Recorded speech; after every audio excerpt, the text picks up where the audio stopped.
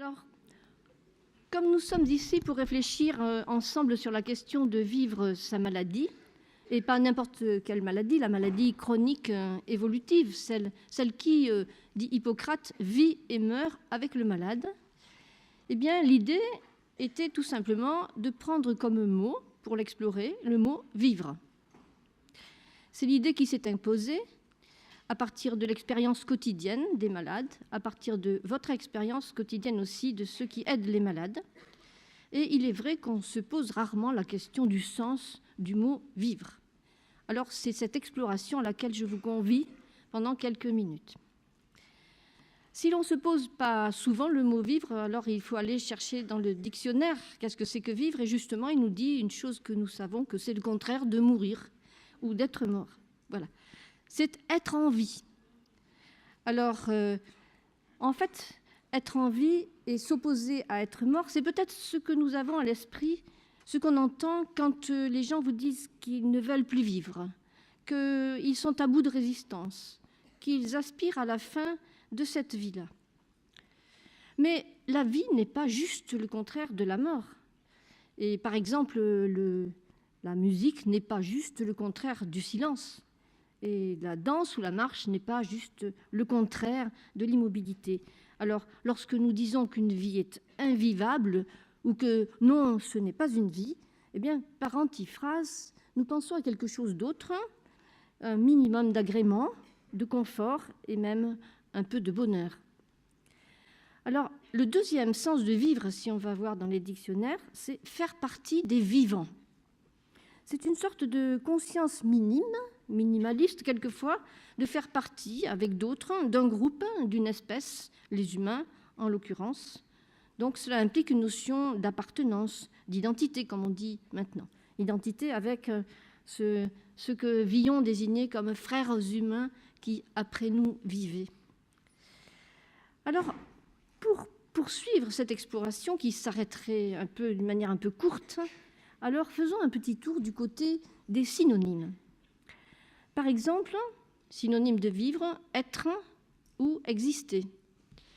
Alors être est un mot qui, dans l'absolu, est surtout utilisé par les philosophes ou dans le cadre religieux, mais nous disons rarement « je suis », tout simplement. Être, ça ne suffit pas. On préfère dire « j'existe ». Et ce mot de « j'existe » pour dire « je vis vraiment », on le sent, par exemple, quand des gens parlent sans nous écouter. Dans un tour de table, on essaie de prendre la parole et puis personne ne vous regarde ou personne ne vous entend. Et on sent, mais j'existe quand même. Hein. Voilà. Qu'est-ce que ça veut dire, j'existe? Ça veut dire que la racine vient de sto, stare, qui veut dire être debout.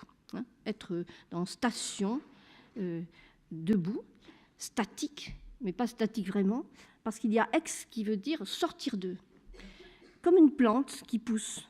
Exister, c'est pousser debout comme une plante, rester debout contre.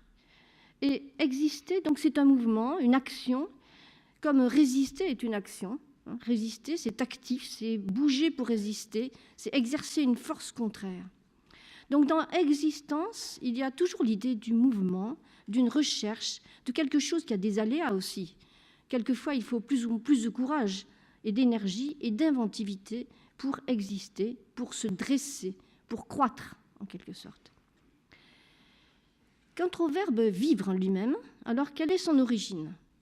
Alors vivre, vivere en latin, vita, la vie, tout simplement, vient d'une ancienne racine indo-européenne avec un phonème « gue » qui a donné partout dans le domaine indo-européen le même sens, être vivant, bon, par opposition à ce qui a été, c'est-à-dire ce qui est mort, ce qui ne l'est plus, soit. Mais à partir de cette racine indo-européenne, le grec a dérivé deux termes différents. L'un avec un D qui a donné zoé, zen, vivre, et l'autre avec un B qui a donné bios. C'est la même racine, réalisée différemment. Or, les deux termes ont reçu des sens différents. Les sens pour zen, zoé, le sens de la vie organique, la vie simple, celle des animaux par exemple, zoa, et il a donné toutes les formations en zoologie, zootechnique, zoo tout simplement. Et l'autre Bios s'est spécialisé dans la vie humaine et veut dire exactement, non pas la vie simple, mais le mode de vie. Tout ce qui constitue la façon de vivre dans la société, la vie intellectuelle, personnelle, active, qu'elle soit active ou plutôt réflexive. Alors les deux termes ont été bien distingués par les philosophes grecs, Platon et surtout Aristote, mais la séparation entre les deux, la distinction entre les deux a donné l'occasion à des philosophes contemporains d'élaborer un concept qui nous parle aujourd'hui, qui est celui de la vie nue. Elle a été, dans un premier temps, développée par Hannah Arendt, qui pensait surtout aux déportés des camps de concentration. Et elle a été reprise ensuite par un philosophe italien qui s'appelle Giorgio Agamben, à propos du statut de ce qui était, à l'époque romaine, l'homme déclaré sacré. Homo sacer, c'est le titre de son livre d'ailleurs. Alors, l'individu déclaré homme sacré, il était condamné à être exclu, complètement exclu de la société, du droit, et devenir si vulnérable qu'il était permis de le tuer ou de le laisser mourir sans pour cela être accusé de meurtre. Il n'y a pas de meurtrier d'un homo sacer, on peut le laisser mourir sans rien. Alors, cette figure-là de l'homo sacer, c'est-à-dire de l'homme doué simplement de la vie nue, elle nous parle beaucoup aujourd'hui, parce que nous avons à l'esprit d'autres catégories, bien sûr, de personnes qui sont livrées à cette vie seules, isolées et pauvres, et surtout très vulnérables. Les esclaves, les travailleurs de l'ombre, et peut-être ceux qui vivent dans des institutions closes.